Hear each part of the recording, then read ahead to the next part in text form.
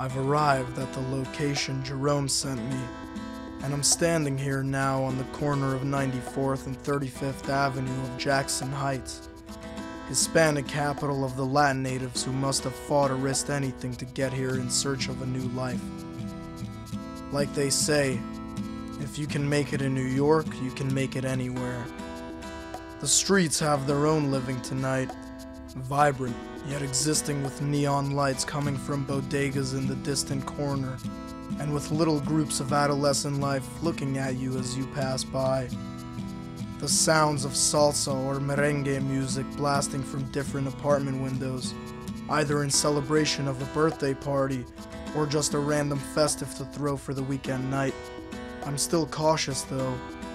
I feel as if some force is following me, but from where?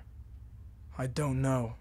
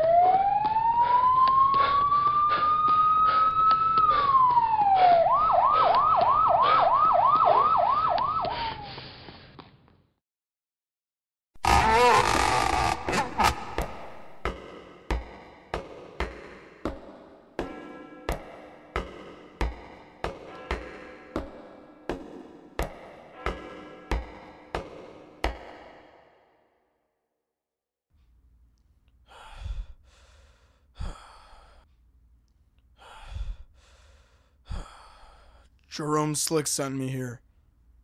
So you must be Dylan Stone, am I correct? You look like you're in a rush to go somewhere. Yeah, here. It seems someone didn't want me to come pay you a visit. Don't know what you're talking about. Someone was shooting at me outside and it wasn't even the cops, but I'm sure they're out here doing some very heavy patrolling. Jerome Slick sent you here. Why? I'm looking for a woman by the name of Hannah Gray. Jerome tells me you're his eyes and ears when it comes to inspecting the city for scores. He tells me you're his personal informant on finding dirt from people. That's true. And this lady friend you're talking about must belong to a well-known heist man from the area. Don't mess with me right now, pal. I'm shot and I need some info quick so I can get the fuck out of here and get myself fixed. Now tell me, do you know anything about her? Hannah C. Gray spent 8 years in prison for armed robbery and assault. She was caught in a crime that involved another accomplice and kept her mouth shut just to keep her partner out of prison, and finally left only finishing 3 years for good behavior. She specializes in branding fake documents and passports, as well as being a master decoder for unlocking the toughest safes without using heavy tools and causing a racket in the middle of the night. Then, one day, out of nowhere, she decides to disappear for the night just to leave you finding her, which is now what you're doing, and must now solve this next clue that she left for you, my friend. So you know her then? No, but we've spoken. Gotta thank Jerome Slick for telling her about me. That lying bastard. What's this for? The clue for your next search, and hopefully the answer you're looking for. Listen, man, just spit it out. What did she tell you that day when you spoke to her? Did she mention anything about me? Take this key and pay a visit to Punk Rock. I hear you guys weren't the best of friends on your last job. She did you a favor in taking that key from him, just in case if he would double-cross you guys for whatever gig would come next. He has the answers. This sounds like a trap. If I have to come back here again, Mr. You won't, Cajun, because your deck will be finished and you won't have enough chips to play if you want answers. You only get one visit from me, newcomer. Unless if you were Jerome and paid good money for information, then that's another thing.